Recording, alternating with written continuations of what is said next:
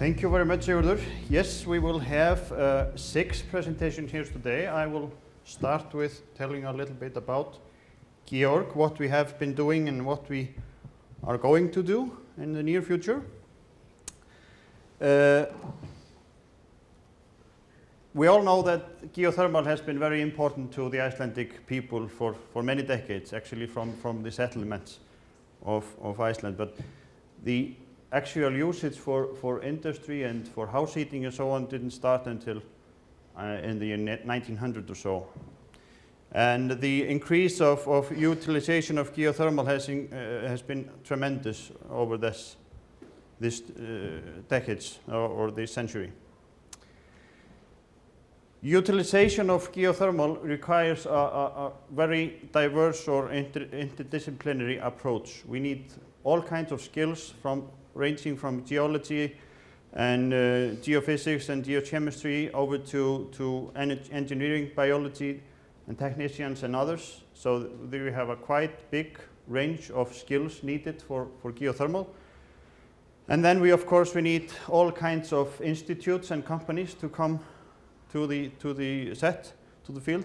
We need the universities and training centers for education. We need the research centers for exploring the potential and to consult, and then the energy firm to consult and design the utilization facilities and so on.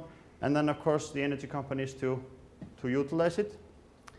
And then of course we need a set of ideology and innovation, entrepreneurship to make the most out of it as possible. And this actually environment or these requirements are actually perfect for a cluster creation. So the cluster of the Icelandic geothermal cluster more or less was created many years ago.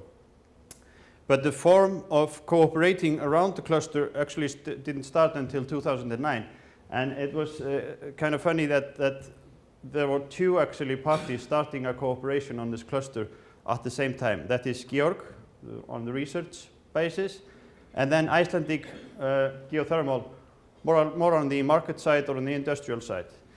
And it was very fortunate that these 2 cooperations started in these 2 ends of this value chain, if you can say so, because the synergy of these 2 is quite good.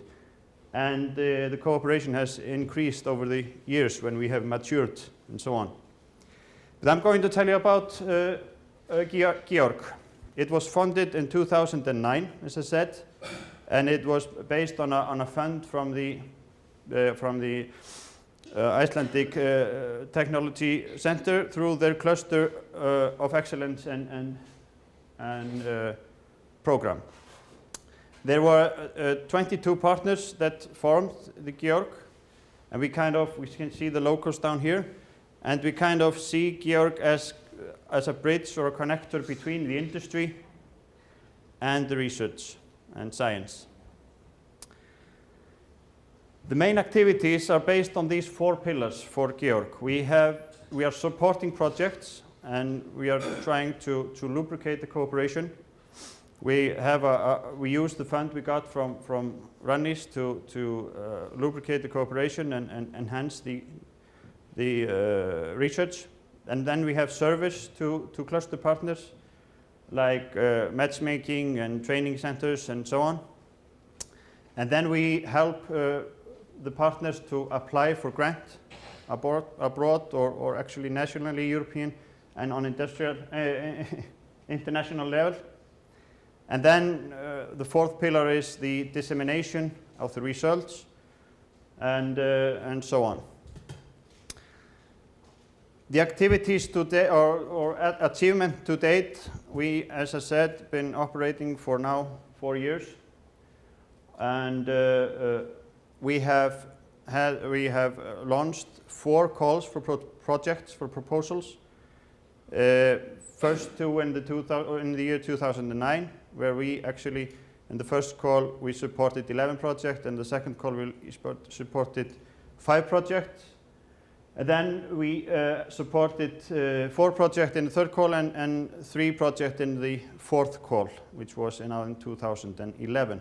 So we have a portfolio of projects that are ongoing and sort of a setting the ground basis for the cooperation in GEORG. In addition to this, we have been supporting students not only through these projects, but also as a traveling grants to students taking part in, for example, the European PhD Day. We have done that 4 times now. And we also supported students to participate in generally in conferences this year, 100,000 kroner per student, and up to 10 students were supported this year. We managed to set up a legal entity in 2012, which is very important for us to take part in international applications and projects, to have an identity for ourselves. So this was established in 2012, as I said. The same year we started, or the geothermal AeroNet was started, and GEORG actually took part or led the application for the geothermal AeroNet. This is a European project on an administrative level, more or less. Orkustofnun is leading that, and in Iceland as well, Rannís is taking part. And then we have 10 other countries taking part in this activity to try to streamline the research agenda for Europe, more or less. So it's a very important project. There's a poster outside here if you want to take a look at it even further. We have also been working on a project that we call Deep Root of Geothermal Systems. We started this actually in 2010, so it has been taking a quite long time to establishing a project, and we launched it this summer, finally.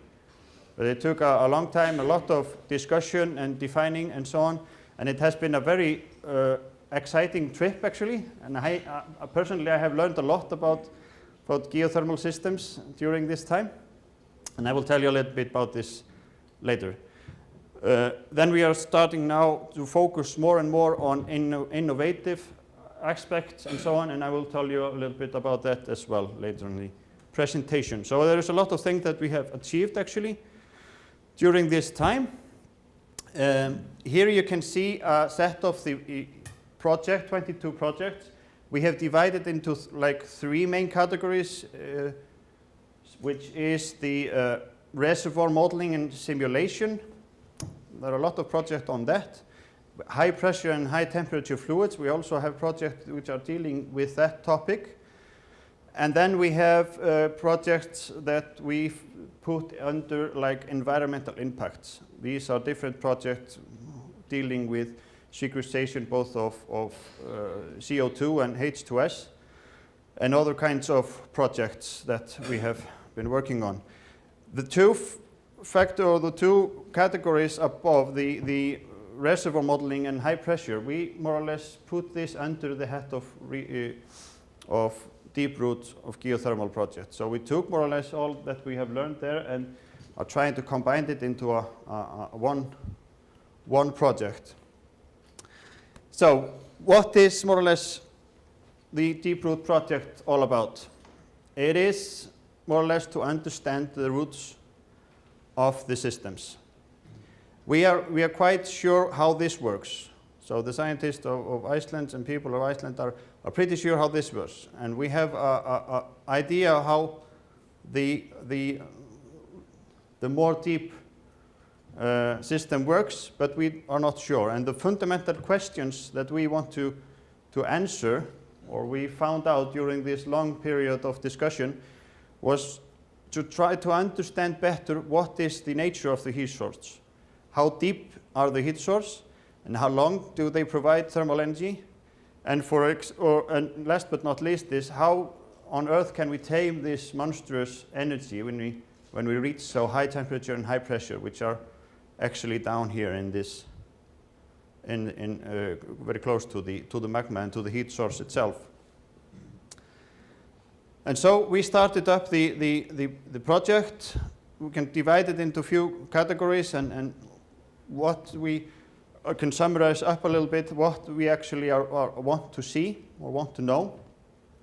We want to understand the boundaries here, the nature of the boundary layer between the molted magma and then the start of the thermal convection up to the surface. And we want to know this layer here between the supercritical and superheated layer. How does it actually work? Is it as simple, if I can say so, as this picture show, or is it much more complex patterns going on here? And we really want to try to use modeling techniques and so on to understand or try to calculate what is happening down there. We want to learn from existing or from fossil roots that have been eroded. What actually can we read from the stones, from the rocks and so on? What was happening in the roots when they cooled down? So there is a part of the project facing that or focusing on that. And then we want to see if we can use the today's or the best technologies on GPS and so on to combine it or incorporate it with the latest or with the what you can say a traditional way of exploring. So try to see if we can. There's a lot of new methods to see how the Earth is like breathing, and seeing if we can somehow combine the information we get from these images to more traditional surveys like seismetics and TEM and so on. And last but not least, we want to see how we can actually utilize the energy, which is the third part of the project, is to see how we can alter the design of boreholes or especially the liners in the boreholes and the top of the borehole to actually withstand this enormous energy, because people are talking about if we can reach these supercritical fluids or these very high temperature fluids, you're tenfolding the energy output of one borehole. So it's not easy to tame all that energy. So that's a part of the project as well. Here is a setup of the project. It's divided into 6 main categories. Sigurður Hreins is going to talk about going to work on the GPS and so on detecting that. Hjalti Fransson is going to take a look at the old rocks and see if we can gain some understanding from that. Knútur Árnason is the gadget guy with all the other exploration stuff, the seismic and so on. Robert Podgorny is a US guy, which is actually very keen on mathematical modeling, and he's going to control the mathematical modeling and simulation on the field. That is actually divided into 2 parts, from Landsvirkjun part and Orkuveita Reykjavíkur part. And then we have the utilization of the high pressures, which is Guðrún Sævarsdóttir from Reykjavík University and Magnús Þór Jónsson from University of Iceland. This project actually is then connected very well to other projects that are facing very much the same challenges. This is the IMAGE project, which is a European supported project. We have an IBGT project called COTHERM, which is very much into calculation and so on simulation, on mathematical modeling on the reservoir and so on. And then, of course, the IDTP project is very connected to the utilization of the fluids. And this is all going to be a cooperative research work.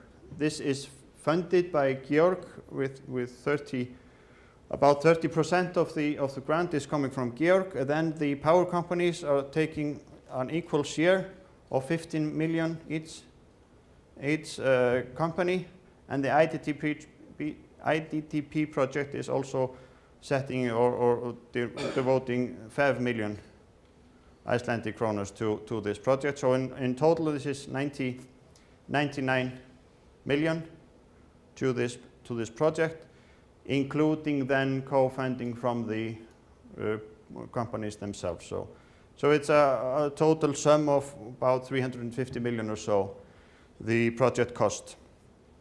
So it's a very exciting project, and I'm really looking forward to seeing what comes out of it, and so on, and will increase our understanding of the source very much, I think. The same would we like to do, or similar things would we like to do with the environmental impact package, meaning that we want to take these projects and hopefully some more, combine it into a project in similar way as we did with the Deep Root project, and set up something that we have now called waste to value, trying to utilize as much the waste from the geothermal power plant as possible.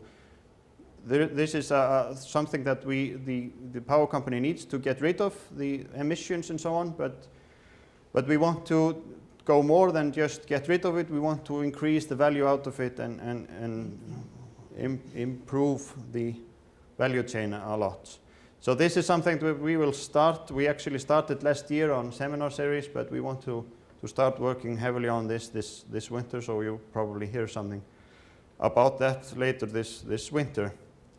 Another thing that we are focusing more and more on is the innovation reinforcement. We started this last year based on what we have gained in the project and so on. And there was a lot of questions how to actually do this, to come about this, and the conclusion was to do this as much as we can in cooperation with Iceland Geothermal. And they were actually doing the same or thinking the same at the same time, increasing innovation and so on. It's not it's not strange that we go with them. Innovation is one of the keys for GEORG, and actually this is the same with Iceland Geothermal. This is a new vision they created this year, and there the ultimate goal for them is to increase innovation and development in the sector. So there is a lot of synergy between those two, and we are working very closely on this. And the setup, which we will probably announce better in more detail later this year, is that to set up some kind of innovation accelerators. You can say it's divided more or less in three parts. We are start with filtering ideas for the accelerators. This can be entrepreneurs' idea, research results, or development ideas or projects from the companies which in the cluster, and then of course just an open innovation. These ideas will be put into a accelerator or business training program, which can last from, say, from 10 to 20 weeks, something that we need to define in more detail. The participants in the accelerator, or the sponsors, or the financier, will actually invest in the ideas. So there will be a direct investment in the idea that comes through the filtering in the accelerator, and we will sort of develop the business plan of the idea and take it even further, make it more in investment ready. And after the accelerator program, we hope to have ideas that actually can be invested by either by the companies in the cluster, because that's something that could benefit their operation, or just from regular investors or funds that would like to invest in the project. So we would really want to our main goal is to try to pull out of the cluster cooperation as much of innovation ideas and lubricative project and companies as possible. And we will do our best to foster the ideas that come out of the accelerator as much as possible, making sure that at least they will not be thrown out of the idea. So, and we are in cooperation or negotiation with few companies in the clusters, and we will probably announce that better later in this year. Another thing which I want to tell you about is a project sharing website that we are taking part in together with Iceland Geothermal and the Ocean Cluster. The Ocean Cluster actually started this idea and set up this website. It's a quite nice website to try to link students and companies together to encourage work on what I call there a reality projects. This is project that needs to be done in the companies and so on, and trying to set up a bridge between either the project and professors and teachers and the companies. It's open to all industries, and there is a lot of opportunities here for both for the companies and the students themselves. The projects are open to all, but there is all students, but there is an emphasis on university level, of course. Projects are of all sizes and types. We have short seminar projects, like for if you are in some study and on a seminar, then you can have a short project on that. We have summer project and summer jobs actually in this website. We have, of course, the bachelor and master's and PhD project and all the other university projects. In this can be either paid project or unpaid project. And there is, of course, various locations of the project. Let me just see if I can go into this website just to show you a little bit more on it. Yes, this is the front page of the website. Here you have project, companies, students, information and registration. If you want to register either with a project that you want to have, or you need a student, or you are a student that you would like to participate, you just click here and you register as a company or as a student.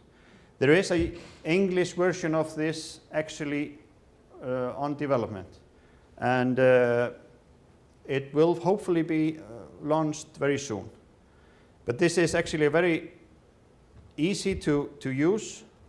Here we have students that are registered here. It's connected with LinkedIn, so if you have a LinkedIn profile, it's over there. You can see here the list of projects. There are a lot of projects actually. Most of them are with ocean project or fisheries and so on, because the ocean cluster started this. But we are starting now to introduce this more and more to the geothermal world and other businesses. So a project will increase there, hopefully, and hopefully students as well. So it's quite easy, and the link is verkefnamiðlun.is. So I encourage you to take a look at it and register yourself there and see if it can help you. So I just wanted to end with a little inspiration from my home country. I actually grew up there. This is Seljavallalauga. Probably most of you know where this is and have been there sometimes. If not, you should go there. This is where I spent most of my childhood. Every week I went there with my family. But life isn't always easy. And we, as you probably know, we had an eruption as well, very close to Seljavallalauga. And the pool was actually filled up with ashes. And it was a question of whether this was possible actually to maintain the pool. It's owned by a small association, Ungmennafélag. It doesn't have doesn't have much money, and all more or less worked on a voluntary basis and so on. So there was a question whether we could actually just maintain the pool. But with a lot of motivation, hard work, and a lot of volunteers actually from all over the country, we managed to dig out the ashes. And every year now we need to dig out the ash after the winter, because there is a lot of ash coming down the hills there. So every year we need to dig it out, but with a lot of cooperation and a will to do this, motivation and so on, many things can be done. And I think this could be some sort of a motivation for us all to continue to work together and move big stones and even a lot of sand as well. And we can manage. Together we can. Thank you very much.